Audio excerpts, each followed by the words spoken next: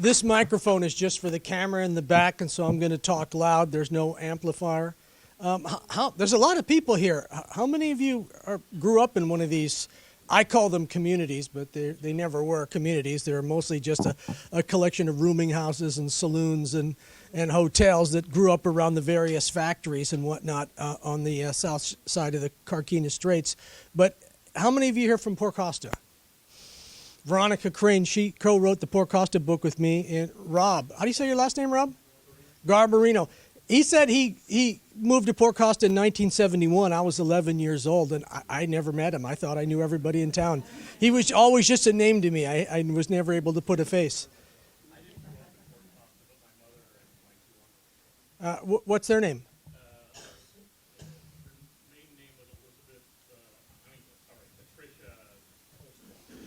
I don't think I know that name, but welcome. How about Crockett? That don't count. How about Eckley? You be quiet. Crockett's not a lost city. It's lost in some ways, but not in the way we're talking tonight. How about anybody here from Eckley? Either grew up in Eckley or still live there now? There's only a handful of houses there. This is your cue. Didn't you say you're from Eckley? This is not the time to hold out. What? I'm sorry, Tormey. See, I blew it. Okay, I would be surprised to meet anybody from Eckley. There's not very many people around. Tormey, how many people from Tormey? I'm sorry. Wow, that's a lot. The whole town of Tormey's here tonight. Do any of you still live in Tormey? Yeah, that's. Well, there's still that little nub of houses there on the old road. Oh, I know what you mean. You're talking about the Selby homes, then, the ones that were owned by the smelting plant. Yeah, I'm old enough to remember that, but not very much. Anybody here remember Oleum? What I remember of Oleum is coming from Rodeo on the old road. Before you get to Tormey, there was a PG&E substation there, and it said Oleum. And I never had any idea what that referred to until I started doing a little bit of research.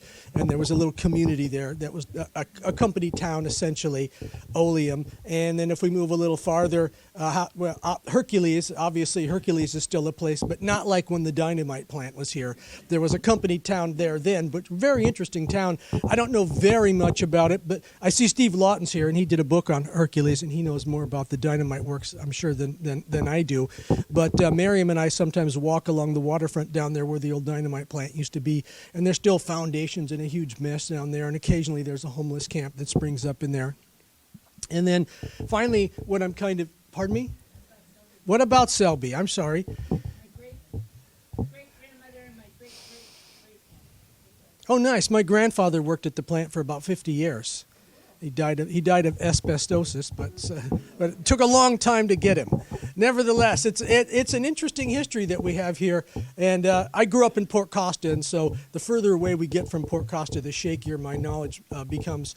But I'm happy. One of the things I like to do when I do one of these presentations is just invite people to ask questions. I mean, I don't want to just stand up here and talk at you. If you have a question or you have a detail that you want to share, because one of the ways I find out things every time I do a book, the book gets published and then somebody writes me an email saying, oh, you made a mistake, or they send me pictures that I don't know these people, I've never seen the pictures, and they've had the pictures under their bed and they didn't know what to do with them, and for some reason they think I'd be a good repository for them. And so it's always fun to do these kind of things because I always meet people that I didn't know, and they know things that I didn't know, and they share that with me, and hopefully they'll share that with the audience. So first up, we have this. Anybody know what this is? Good guess. Good guess. This is the Nevada docks near where the Brickyard is now. The Nevada docks were built in about 1880 by two men that had made a fortune in silver in Nevada. They came down. They built the docks because there was a lot of shipping moving in and out of the Carquinez Straits, and they wanted to get a hold of some of that. And so this is one of the few pictures that I found of the Nevada docks. 3,000 feet of wharf space they had there, and here and here, this is double-decked, so they had two levels of train tracks in there, so they could have train go in the bottom and a train go in the top, and they came out the other side, and they just did storage of wheat and whatnot, and they were there for till 1909. It burned in 1909. By then, the brickyard had already started in 1905 up here in this gully. When the Nevada dock burned, the brickyard spread all the way to the bay. Let's see if this is going to work. I found this at the Contra Costa Historical Society. It's like a tax record map that somebody went around, surveyors went around, and you can see the Nevada docks here. It's just a portion of it. And what I've zoomed in on is the little community that sprang up. And there was the Shamrock Hotel, which is more or less in the valley where the brickyard once stood. And then you have a series of little lodging houses here. Every other building, they say saloon, lodging house, saloon, lodging house, saloon. And so those of you that grew up in Crockett probably remember that in front of the entrance to the C&H, every other building there was a bar of some kind or other, because as the men were doing the shift change, they'd want to get a drink probably before and after, and then probably sometimes at lunchtime too. But this is a very interesting little map, and I found some of these, and I have 2 or 3 of them in the presentation, but this is the only evidence I've ever seen of any of the structures that were there, or even what they were called. The Nevada docks were there for almost 20 years, more than 20 years. Where are the pictures, I wonder? There's very few pictures that I've ever seen of them, and I wonder where the heck did they all go? And here's a picture of the brickyard in 1913. So this would have just been less than 5 years after the Nevada docks had burned. The Nevada docks would have been in the background here, and you can see bricks being prepared for the ovens. There's a little cart there. I posted this online somewhere, and somebody asked, well, how did they get the bricks in and out of there? They did everything on the waterfront back then. They had barges, they had and trains, but that was pretty much it. The road systems weren't good enough to move anything. And this smokestack here stayed until the 1950s. It was struck by lightning and destroyed. And there's some interesting pictures of that. I was very lucky. Lawrence Messina, his father worked at the brickyard for about 50 years, and his father took hundreds and hundreds and hundreds of pictures of the brickyard, and he shared them with me at some point a few years ago. And I'm just glad they survived. So somebody had the presence of mind to take all those pictures, and then someone else had the presence of mind to keep them, which is really great. And here's a little more modern picture of the Port Costa Brickworks, probably in the 1940s. This is from the Messina collection. And then what I like about this one is it shows houses on the hill up here. And Messina told me that there were a few houses up there for some of the plant workers, but I asked him, did your father take any pictures of those? And he said he didn't think so. But my father told me the same thing. My father grew up in Port Costa, and he said he remembers there being houses for some of the workers, plant manager, things like that, on the hill overlooking the brickyard. But it's all long gone. Yes, ma'am. Tell me your name.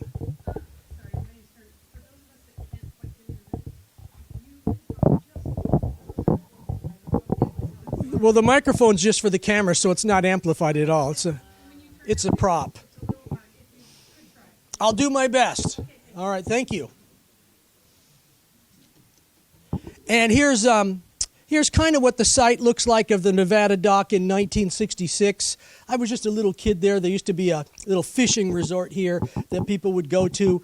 And this building here, when I was a kid, it was called the Nevada Docks. And I remember because this photograph I have at home that somebody gave to me, it says on the back, Nevada Docks 1966. So the name Nevada Docks stayed associated with this section of land for a long, long time, 60, 70 years after the original Nevada Docks burned.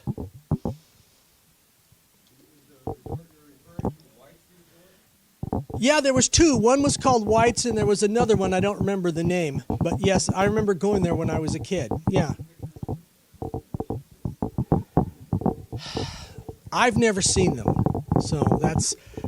And you can there's a road that still goes down there, and when you go down to where it used to be, there's a flat area that has gravel, and it's grown with clover now, but you can still see the footprint of the place where it used to be.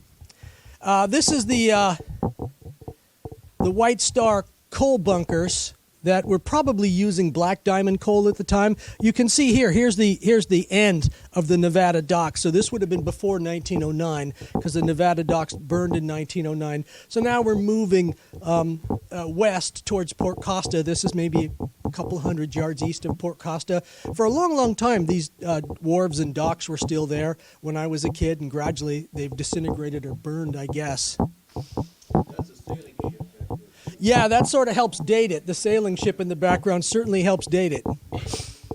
So it's pre-1909, probably around 1900. Can I ask a question? Please do. Where were the bricks shipped to, or were they used locally at all? They were used locally. John Swett, for example, the bricks in John Swett came from the Port Costa Brick Works. What about Mare Island? What's the question? Were they used at Mare Island? Most of the old buildings are bricks. I imagine so, because after the 1906 earthquake and the fire, it wasn't just San Francisco that was flattened. Everything from San Jose to Santa Rosa was flattened. I had a hard time sorting where the bricks came from for most of the Mare Island buildings. Are you interested in bricks that much? Well, There's a website that I found out this information. yeah, no, for Mare Island, yes, because I am a historian for Mare Island, and most of the buildings were built prior to the 1905 or that period of time. Oh, I had a hard time finding where the bricks came from. That's interesting, because the reason we have the brickyards the way we do at Eckley and at Port Costa is because of the 1906 earthquake. There was a huge rebuilding effort for the next couple of decades. People wanted to use brick so it wouldn't burn so readily, and so there was a huge market for bricks. And then once that cooled off, some of the lesser brickyards like the Eckley Brickworks went out of business, whereas the Port Costa Brickworks continued to thrive into the 1980s. Before you leave, give me your email address, and I will send you a connection. I met a guy recently that knows more about bricks than any mortal should know, and he told me all about the Port Costa and the Eckley Brickworks, and he has a website. He goes around digging for bricks and looking, and he knows. It's quite amazing what he knows about bricks. Here's a little graphic that shows the shoreline of Port Costa, Crockett, and whatnot. You can see Port Costa and the ferry boat here. You can see some of the warehouses here, and then it goes around the corner to McNear's, and then Valona and Crockett, Vallejo Junction, Selby, and it's just a nice, interesting little scene of that portion of the bay. I imagine McNear's are probably the McNear's warehouse. C&H isn't listed here, so I imagine maybe it predates the C&H. Yes, in the back. Yeah. Right out of the hill. There's blue shale in the hills at Eckley, and there's blue shale in the hills above Port Costa, and apparently it makes really good bricks. I wish, make sure he's not here. In Port Costa, there's an artist named Clayton Bailey. He's known for making robots, but he works in ceramics, and he was a professor at Cal State East Bay. I teach in the English department there now, but he knows all about ceramics, and he goes up there and digs the blue shale and uses it to make things in Port Costa. And so he says it makes really, really good ceramics and bricks, and so that's why they chose it. And if you walk in the hills there, most of the hillside is sandstone. It's kind of yellow, like the color of these wooden doors or something. But every now and then you'll come across big slabs of it that looks gray, grayish blue, and that's the blue shale that they use to make the bricks. You see the walls of the quarry up there. There's a quarry. You sure can, yeah. You see the walls that it's a long way down to the water. Yes, You can see it right on the side of the. you can. The blue shale jets right out of there. And that's what they used to make the bricks. That's why they put the brickyards there, because the raw materials they needed was there.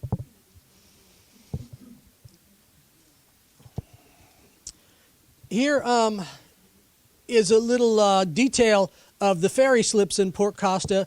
Now, the Solano, the largest train ferry in the world, came from Benicia. And if you overlook the hill above Eckley and you can see Benicia, you can still see the footprint of where the ferry boat came out of Benicia there so many years ago. And it came in right here, and then in about 1915 they built the second one, the Contra Costa, and they moved it down here. That's pretty much where the coal bunkers used to be. Well, in 1921 they had an outbreak of teredo. Teredo is like a wood boring termite.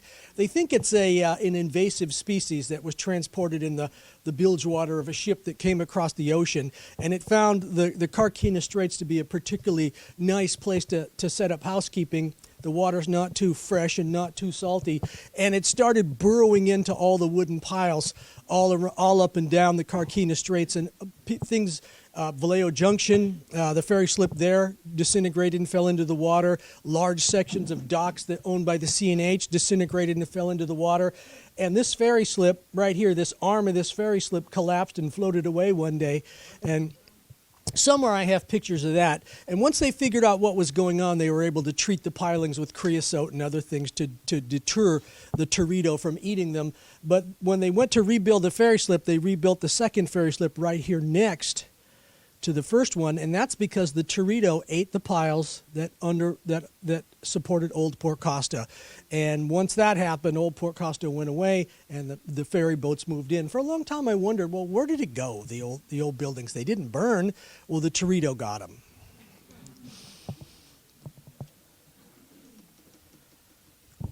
This is a picture that McNear used in some of his posters and advertising stuff showing the docks for the McNear warehouses and then Old Port Costa.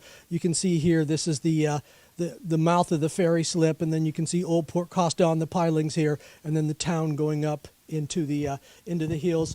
This is the Sailors Institute, and it was kind of a fraternal organization for seamen who got off ships here and didn't have anything to do, and they would go to the Seamen's Institute. There's a cement walkway that's still there.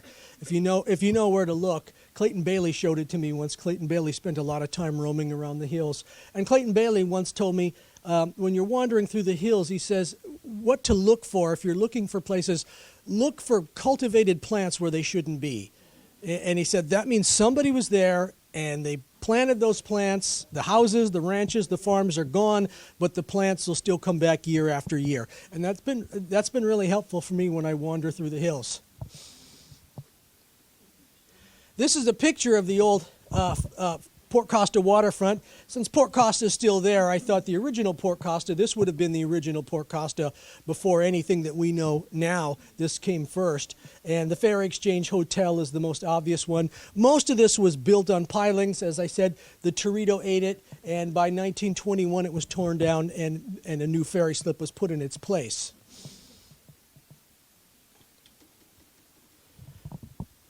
Here's a street scene, which is very unusual, these kind of photographs. And that's because at this period of time, photography hadn't gained the popularity that it does now.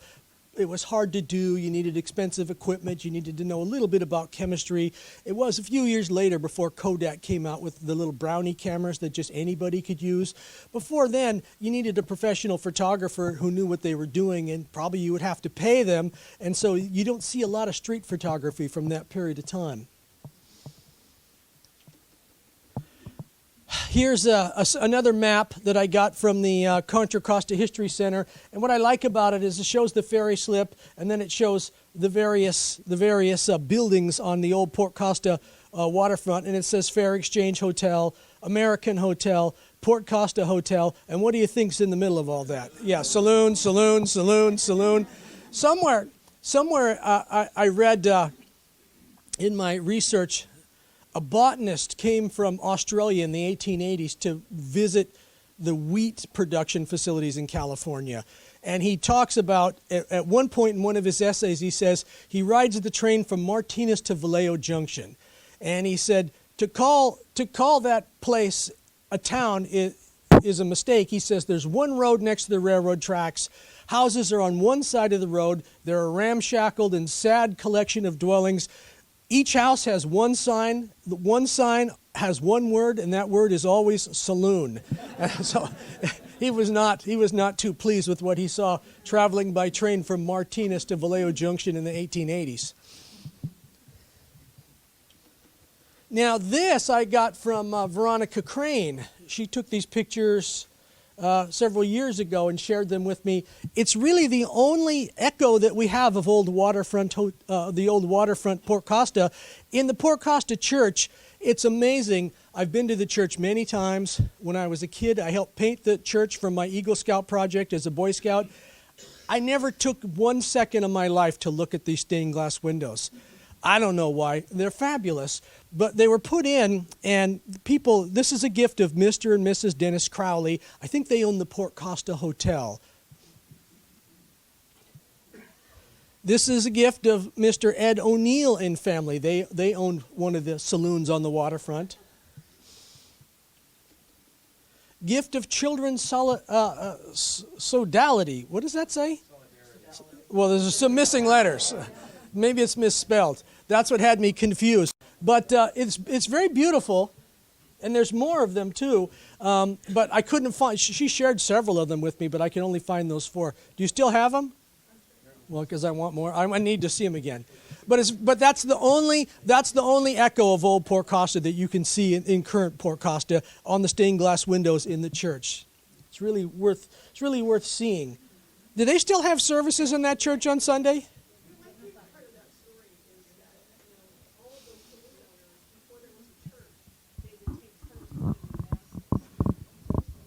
Oh, nice. Right. Oh, that's nice. I didn't know that. But I do recognize all those old names from the old waterfront days of Port Costa. Gone but not forgotten. And here's a little advertisement I ran across for the Carquinez Brick and Tile Company when it incorporated. I think it was in 1908. I had to make a note to myself or I'd forget. Eckley, 1908, it incorporated right after the earthquake, and somebody saw a good business opportunity to make more bricks. And again, there's blue shale in that valley, and so it made sense that they would do it. This is McNear's. Some of the McNear's warehouses you can see here, they're just full of bags of wheat and an old ship there. Very, very interesting. These warehouses stayed active until the 1940s, and they burned 1940, 1941. If you're interested in this, there's beautiful tidbits. C&H produced, I think, a weekly, maybe a monthly newsletter called The Sugar Cube. And in it, they had a corporate photographer, a guy named Hosmer, who went around taking pictures of the C&H, but taking pictures of Crockett, Port Costa, and things like that. Like when I told you that the Torito had eaten that second ferry slip and it had floated away, Hosmer took pictures of that. Hosmer might have taken this picture, but many of those pictures you won't see anywhere else. You can see in old editions of the Sugar Cube. As a matter of fact, in the Sugar Cube, they have pictures of these McNear warehouses burning in the 1940s. It must have been very impressive. Do any of you here? How many of you here remember the big fire they had in '83 that burned the Crockett Hills and burned the old ferry boat there? I mean, that was a pretty impressive firestorm. I imagine the McNear conflagration must have been something akin to that. Here is the Eckley train station. One of the things I noticed, and I found it's nice if you can find a picture of the train station, and you can see there's bricks in the back. And I used to talk to people, old-timers, that would say, oh, yeah, you could get on the train in Port Costa and drive and ride to Crockett. It was very similar, I guess, to BART or something. But so obviously they had local train stops. You can get on and ride for a nickel or a quarter. This is the Carquinez Brick and Tile Works in the valley now. You can see the footprint is from the hill. So there's a park here now. I gather that this dock is more or less where the dock is today, the wharf today. The wharf today is new. And then somewhere down here, there's tons and tons and tons of bricks that they dump, dud bricks. Maybe some of you have seen that. Now, it seems like, for me, I remember people, even when I was a kid, going down there and collecting those bricks. Clayton Bailey did it. A bunch of people in Port Costa have collected those old dud bricks. Yes? There's a brick building at Eckley now that we see from the water. Right.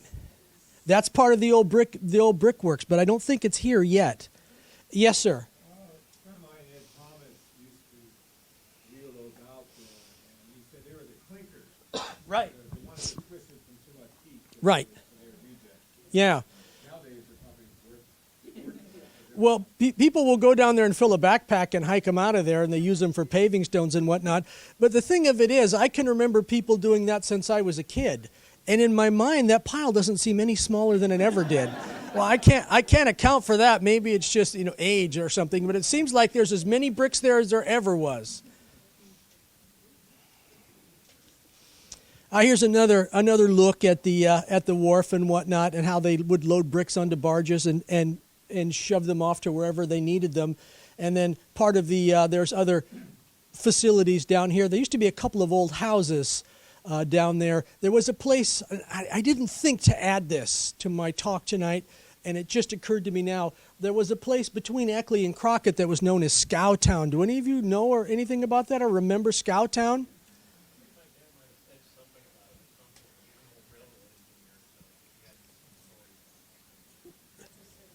Yeah, it seemed to be a ramshackle collection of houses on the wharves, and the people had boats, and they would essentially extract their sustenance from the bay. They would just go out and catch fish and whatnot. Yes. Well, my father was saying that he lived at one of those houses there. Yeah. And he decided to go citizenship. He said he just sit in the back porch and fish off the thing. And then there were kids from my class, I was going to school with, and they lived down in Scotland. Oh, wow. Families that lived down Yeah, oh, yeah. There's maybe, yeah, everybody had a boat down there tied up. Very strange. So I suspect some people even lived on boats down there. But the two houses just past Eckley, in 2005, I went down there with my camera to take pictures of them. I'd never really looked at them very much. And so I took pictures of them and went in. Inside was vandalized, and kids had gone in there and spray painted all sorts of ridiculous graffiti. And then a couple of days later, they burned, and they're gone forever. So I'm glad I took the pictures when I did. Here's probably what most of us remember Eckley for, and that's the Garden City, the ferry boat. Have any of you here ever been on the Garden City? Yeah, so you've done something I haven't done. Wait a minute. You've been on the Garden City? Oh, after the wreckage. Okay, I was going to say you've done something I haven't done. Yeah, it was. This is from about 1975, several years before it burned. But you can see it's dilapidated and ramshackled. I was fascinated by it when I was a kid, but I was afraid to sneak onto it, which was rare for me because I got into everything. But even that was a bridge too far. I was afraid I was going to fall through into the mud, disappear. And here's the Garden City ablaze. That was 1983, the big fire in the hills. I'm glad somebody took the pictures, and somebody passed this along to me a few years ago. I was happy to have it. Sad ending. Yeah, Eckley had been a resort. A family called Hallisey had bought it, and they had fishing, and you could have events on the Garden City. They would have dances, apparently, things of that nature. So it probably was a really good time when it was in its heyday. And here's the building someone had just mentioned a few minutes ago, the old brick building that's down there now, still at Eckley, that's made from the Eckley bricks. Just again a ghostly presence of the old brickyard that was once there. Time is it? What's this? It says right there, Vallejo Junction. This is Port Costa Lumber Yard. The docks, I would say, where these piers are here is probably where the Nantucket is now, and this is heading out of Crockett past Nantucket. And as a matter of fact, one way to imagine it, there's a piece of earth that juts out here, and now there's a like a water cistern there. There's a tank there. If you walk across the bridge and you look up the shoreline, you'll see a big tank. I think it's a water tank, and that gives you a sense of where Port Costa Lumber was relative to Crockett and Selby. It is a water tank, by the way. Oh, good. Yeah, I remember when they built it in the 80s, but I don't really know what it was. Thank you.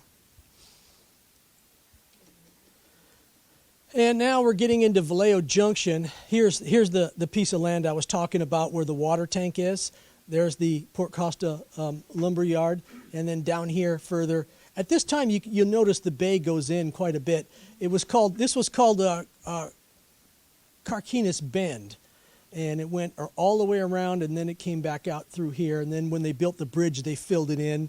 And so now it's what we know now. There's a parking lot down there, and the footings for the Al Zampa Bridge are down in there. And then there's still an impression in the land here where Vallejo Junction used to be, even though Vallejo Junction got wiped out pretty thoroughly by a mudslide in the early 1920s. And then in 1921, the tornado ate up the Vallejo Junction ferry slip pretty badly. But by then, the people that built the Carquinez Bridge, Hanford and Clatt, were buying the ferries up because they wanted to put them out of business so they could do the bridge. They wanted to own the ferries. One of the reasons they bought the land here, this is where the 6-minute ferry would have come in. They bought that because they needed that easement to put the bridge in, and they wanted to have the ferry so they could get the money while they were planning the bridge. They still have some pilings sticking out of the water there from that lumber. Oh yeah, they sure do. They sure do. Well, when the bridge company built the first bridge, they used that wharf, part of that wharf. They rehabilitated it and used it for some of their construction purposes. And then when they were done with that, I never understood that. They seem like there's hundreds of piles and they take them all out but one. And I'm thinking, what happened? They just lose interest? They're still sticking out of the water. You're right, absolutely. Here's a picture of the Garden City coming into the Vallejo Junction ferry slip, probably around 1910.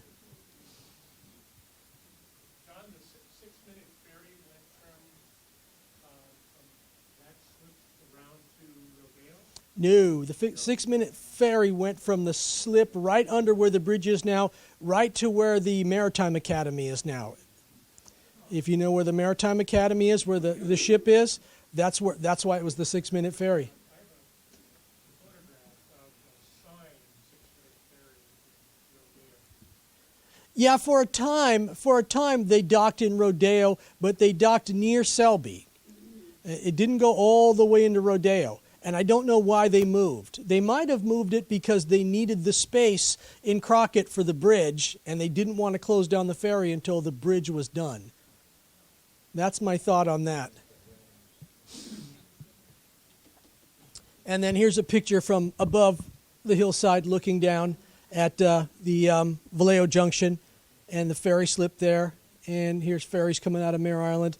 And there's the old lighthouse, which was really quite large. Where's it at? It's in the marina. Oh! That is it really? I didn't know that. That's interesting. Next time I'll go over there, I'll have a look at that closer. They took 2 barges and slipped it down to the lighthouse and put it down on the other side. Yeah, I believe that, but I remember seeing pictures of it being barged away, but I have no idea where it went. But that's interesting. I'm glad to know it. You can drive right down and go in. Yeah, it's still in its original form too. Yeah. Oh, that's nice. That's kind of unusual too. I had a picture of that before it was moved. I have a really nice picture of that, and I lost it somewhere. But You're the trouble. You're the problem. how many remember the Chat and Shoe truck stop? Just just by memory. I mean, just by reputation. So if you'd like it, see me after. Oh, that's nice. I'd like to see that. That was before the bridge. That would be before the Carquinez Bridge, even. I mean, before the freeway. Yeah, that burned in the late 50s. Let's see where we're at now. Finally, we're at Selby. We're moving, getting some progress. And you can see here that Selby was a pretty large village in terms of houses and boarding houses, cafes, saloons, and whatnot. My grandfather worked there for a long, long time, and he used to take me down there and show me where everything was. But by then, most of it had been torn down or was abandoned in place. And here's again another one of the maps from I think it says 1888, 1889. I can't quite read that. And it just shows Selby, what it looked like then, and then it shows the little village, the little company town that was there. And here's probably what most of us remember. Remember the giant smokestack. That was quite impressive I remember the day they blew that up. I wanted to go see it badly, but we were in school, and my mom wouldn't let me. My mom wouldn't let me, even though my grandfather went to sit on the hill and watch it. I had a question about the smokestack. Yeah, Urban legend from years ago. It's true. And I heard that a couple were married on the top of that. oh, that wow, yeah. I don't know. That's a tall order. Well, yeah. And the minister. Well, you know, now you see smokestacks at oil refineries and whatnot, and they have steel ladders with what they call the squirrel cage around it, and then there's a landing where you can get off on another ladder that goes up 30 feet and a landing and a 30 feet. This was just rebar rungs that went all the way to the top. There was no squirrel cage, there was no landings, nothing. You started to the top, you went to the top, or who knows what. It just seems crazy. I've heard it was the tallest smokestack in the world. That's not the interesting part. The interesting part was I heard it was so tall that they wanted the smoke to go out of Contra Costa County so they wouldn't get hassle. Let it go to Vallejo and Benicia. Let them deal with it. I actually kind of believe that. That sounds... No, I don't know off the top of my head. 605 feet. 605 feet, he says. That sounds plausible. Say... When I was a kid there, they said they built that because the smoke was killing the dogs and cats at Crockett, and they had to get it above Crockett. Well, yeah, and then out of the county, you know, over, give it to Benicia. I believe that because it was they processed lead there, and so the lead fumes must have been.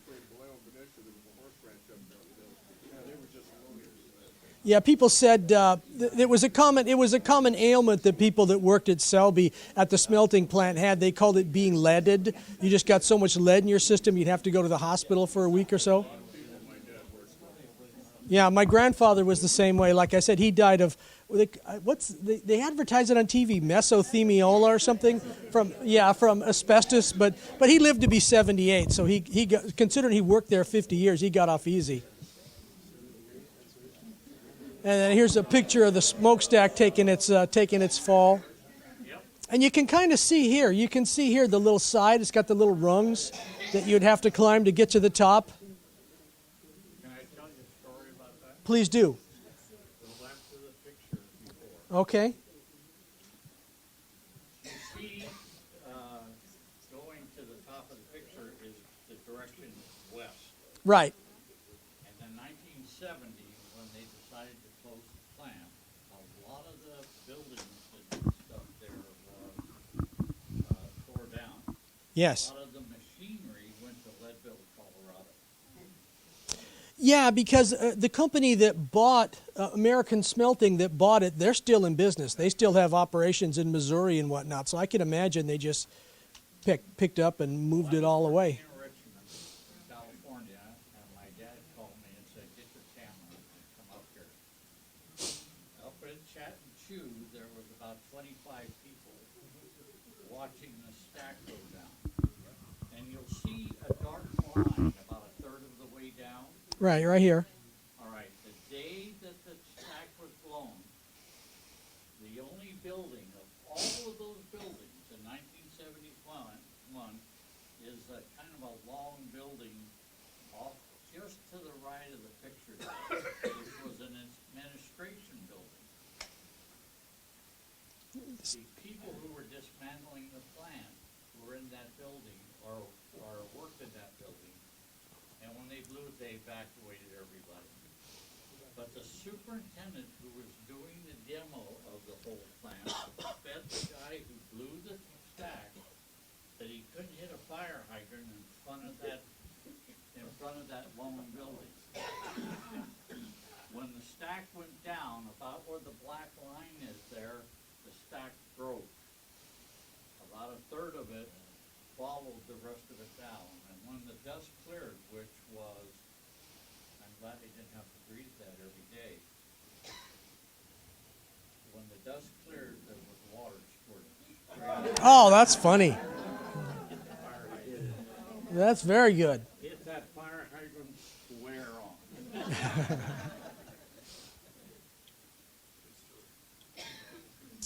And here's an old drawing of the Patrick Tormey Ranch, which is more or less, I gather from the view here, probably where the old school was kind of like right in here, I'm thinking. Because the railroad's already there, and it needs to be filled in at some point. But I don't think the railroad easement has changed very much over the years. And so this is pretty much in that valley where the company town was and where the old school is. And again, a little Tormey station, and behind it, a little hotel. All the factories and whatnot. They spelled Tormey with 2 Y's. I just noticed that. They all had their train station. They all had a little company store. They all had a hotel for local businessmen who were vendors and whatnot to stay in. Here's an aerial shot of what I like about this is you see the old part of Tormey here. Here's the old highway. Here's Selby. Crockett's over here. And then you can see Tormey was a pretty fair-sized little community. And then if you look here somewhere, I'm looking for Oleum. Oh no, the little town of Oleum. Maybe it's not in this picture. I'm having a hard time looking at this angle. Sir, Yes. can you go back to the previous one? Sure. I noticed something I didn't even notice. Tormey has 2 Ys. What did you say about that? Oh, I said I just noticed for the first time there's 2 Y's in Tormey on this sign. Very curious. Yeah, obviously a typo.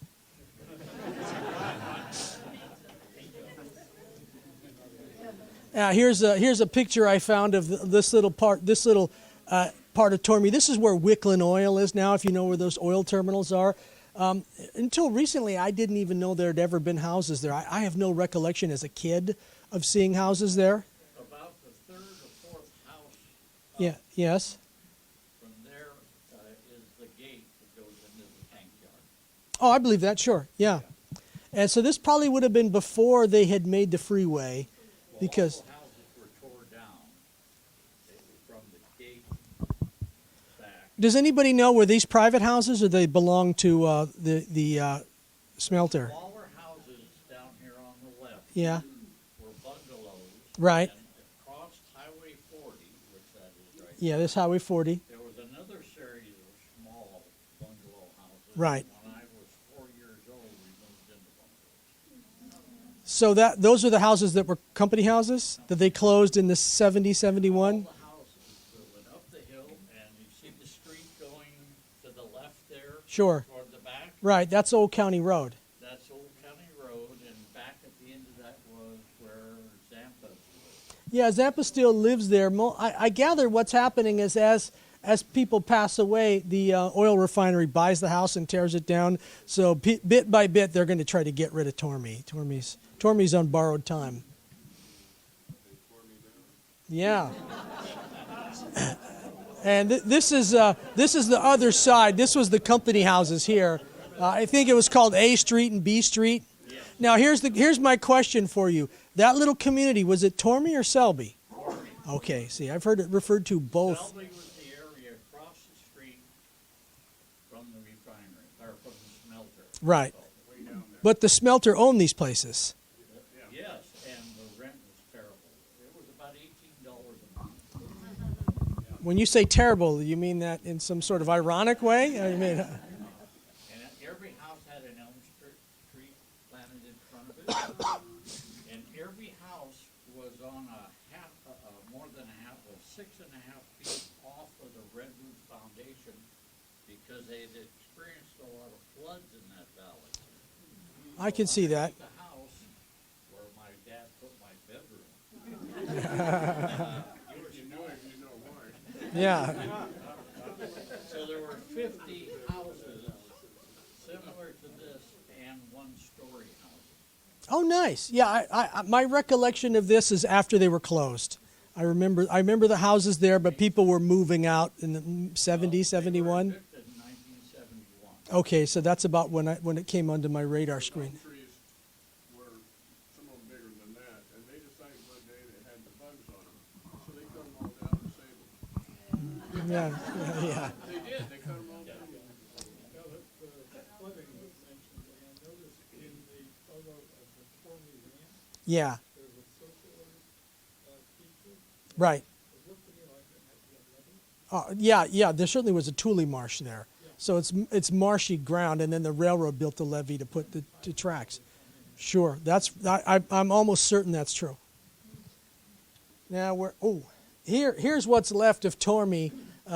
This is at the Catholic Cemetery in Martinez. This is the Tormey plot.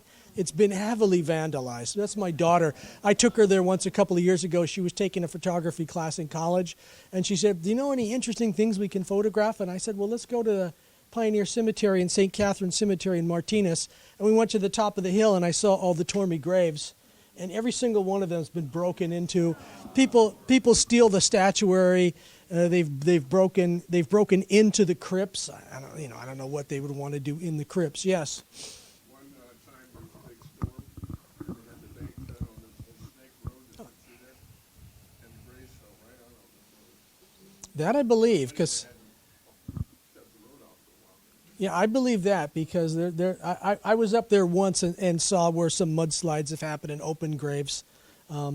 So it's just sad though that they would. And one of the things I like, if you're not the kind of person that's weirded out by cemeteries, you walk around there, you'll recognize lots of names from Port Costa and Crockett and the area. So they're all up there. This is finally Oleum. Can I see it? Here it is.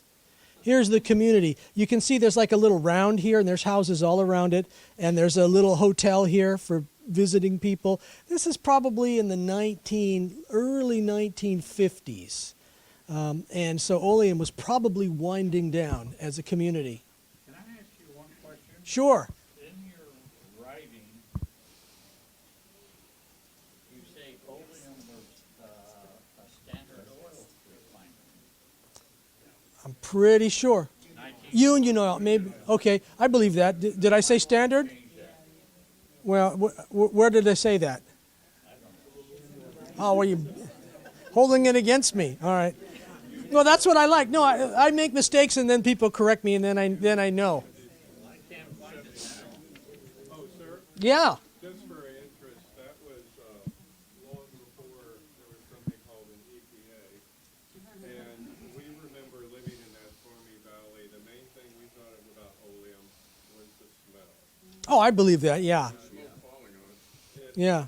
We literally had white houses turn dark. Turn gray from the ash. Dark from what was being released. Wow. Here certainly is here's the hotel in Oleum and it says Union Oil, so that's a clue there. And this is another one of the company buildings. I gather it was a dormitory or maybe another hotel. And this is an easy one to date. This is January of 1913 when we had a heavy snowfall. We've only had snowfall here a couple of times in the past 100 years or so. It snowed probably in 1973 or 74. I remember I was a kid, and this might be the only other time. And so it's very easy to date. You can see the houses around the little center section there. So again, company houses. So is that now smack dab in the middle of the current refinery? Yeah, oh yeah. There's refinery operations all through here now. And this is Hercules, and I wasn't sure how to handle Hercules because Hercules is still a city and people know more about it than I do. But the old town that came up with the dynamite plant, most of that's long gone. I walk around out there, and there's still a few old buildings that you can see that are probably from old Hercules. Is that right, Steve? That's right. Do you know there's a restaurant up there? Do you know the name of that restaurant? It's above the powder keg. Is that in the old building? Is that? I'm thinking. Is this the building? Do you think? I was hoping it was.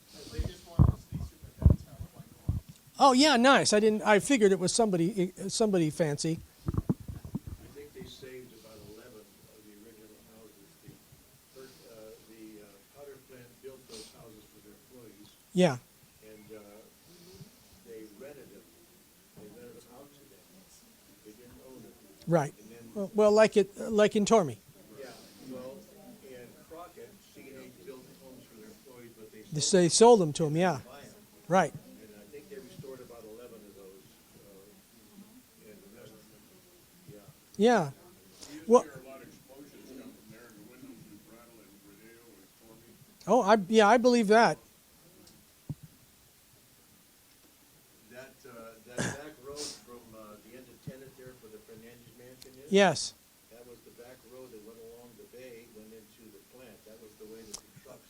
I think I have a picture of something like that coming up. Tenet Avenue and right down that road.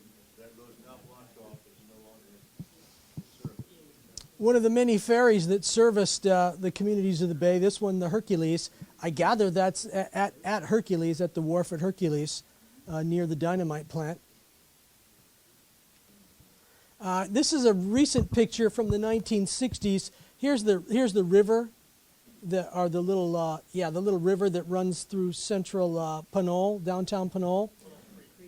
Pinole Creek, there you go. And so sometimes Miriam and I, we walk down here, we walk across the bridge, this is all still vacant land. There's a lot of trees here now, and now this is all overgrown with the eucalyptus trees and crud. But if you walk out there, there's tons and tons of bricks and old foundations and stuff.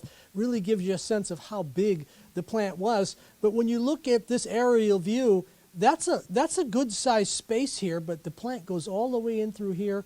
And so the plant was very much bigger than I ever realized as a kid. I would never have had any reason to go there when I was a kid. By the time I was old enough to drive, it was closed, and Hercules was closed for the most part. So I didn't really realize how big it was. Is that the baseball fields that were out there? No. Here? Were they, Oh, you know, they do look like baseball fields, but I don't think they're there anymore. Now there's houses here. yeah, no. But I just realized you're right. Those are baseball fields. I hadn't noticed that before. And here's another image of that peninsula that juts out, and you can still see the remnants of this wharf, and then you can see a lot of the old foundations and whatnot. And all of this is where there's new buildings now. Somewhere up here is that building called the Powder Keg, so I guess it must have been an original building. It can't be too far from here. That building itself is not old? Oh, I didn't realize. Oh, okay, that explains it then.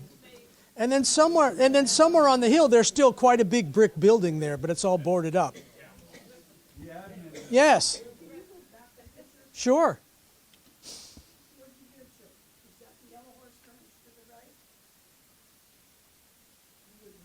Here? Well, here's the Fernandez Mansion, I think. I don't think there's do you see Eleanor's Ridge on there? Do you see Eleanor's Ridge? Yes.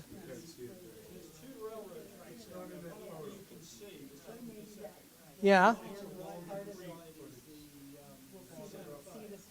Okay. Oh, yeah.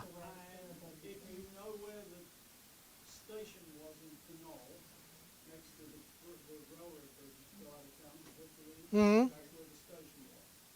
And you used to be able to drive in the station yard and go over a little level crossing before. And you come down the other side and you were on the other Hearst branch land. Now, the interesting thing about it was, my wife and I came here in 1975, and we got to occupy Joe Mariotti's client, who anything Joe Mariotti wanted done.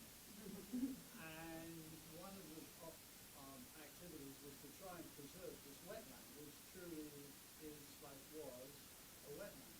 Yeah. All the way back into the ranch. The lady that owned the ranch, I forget her name, but she Sarah? refused to sell it. Oh. Wow, that's correct. And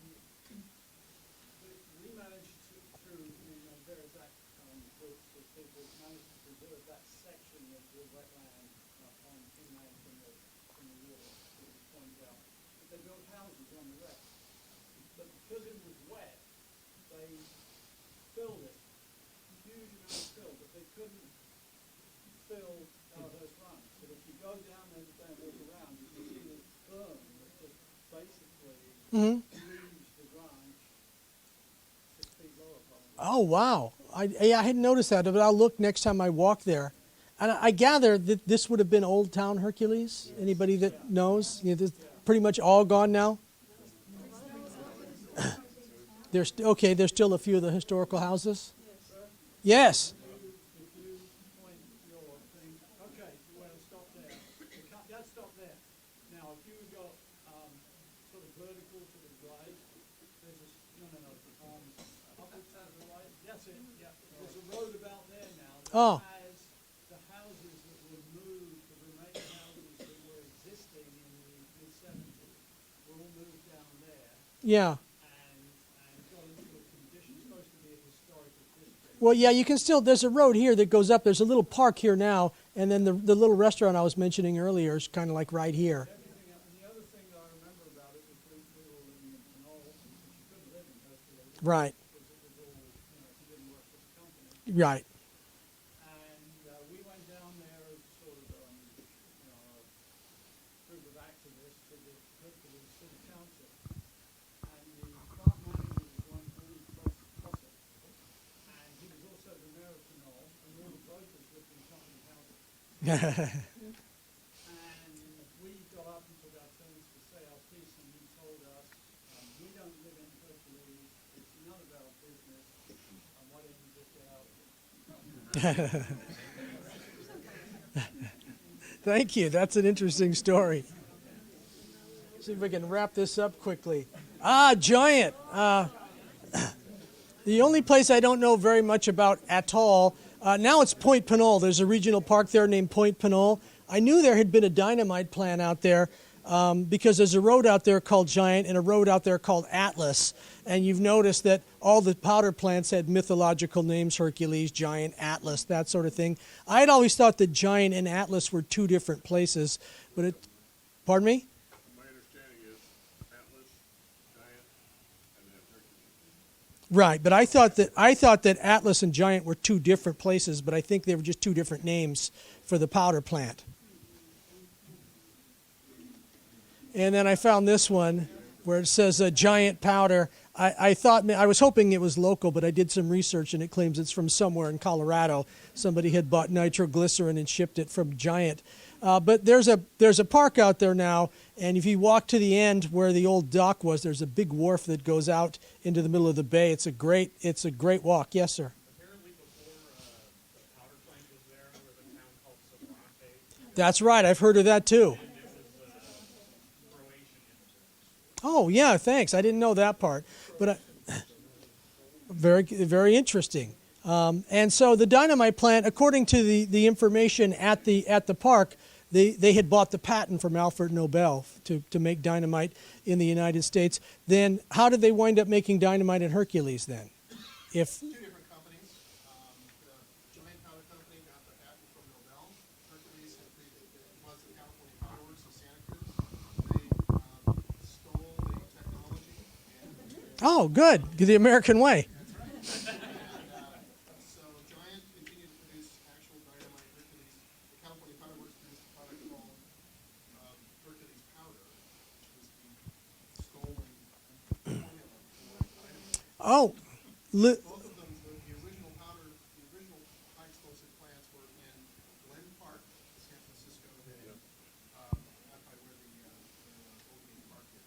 The San Francisco city officials shoot them away after they launch the cars. That's how you found Contra. it's a great spot for that. The point out there in terms of loading things onto ships. Actually, several powder explosive plants out there, including my favorite name, the safety nitro powder. Oh no, I haven't heard of that one. Did you have a comment? I was just saying, if you want to go further back, the early 19th century, the Rancho families, the Martinez's, Peraltas, so forth, Yes. Point Pinole is where the Yankee clipper ship would come to trade with them. They'd bring their hides and tallow. Really? Yes. That's very. I didn't know that. That's going way back in time. My favorite story about Hercules powder, something that maybe some of you have heard of, in the early 1900s when there was anarchy. Okay, the anarchists were causing trouble all around the country, blowing things up, especially in the Pacific Northwest. The ironworkers were having and I'm a former iron worker, so I know a little bit about the history. They were having problems union organizing, and the Los Angeles Times was a severely anti-union newspaper, so ironworkers blew up the Los Angeles Times building in 1910. The reason that they caught them was because they got the powder from the Hercules powder plant, and they had ordered a very unusual mix. They wanted a very, very potent blend of powder, and so the Hercules powder plant remembered that these two guys from back east had come and ordered dynamite, and a couple of days later the Los Angeles Times building blows up, and so they wound up spending the rest of their life in San Quentin. And so apparently we're almost out of time. I don't know very much about the powder works, except to say it's worth to go out there. Giant powder, the miner's friend. I love this little poster that I found. And thank you all for coming, and I appreciate you very much, and have a lovely evening.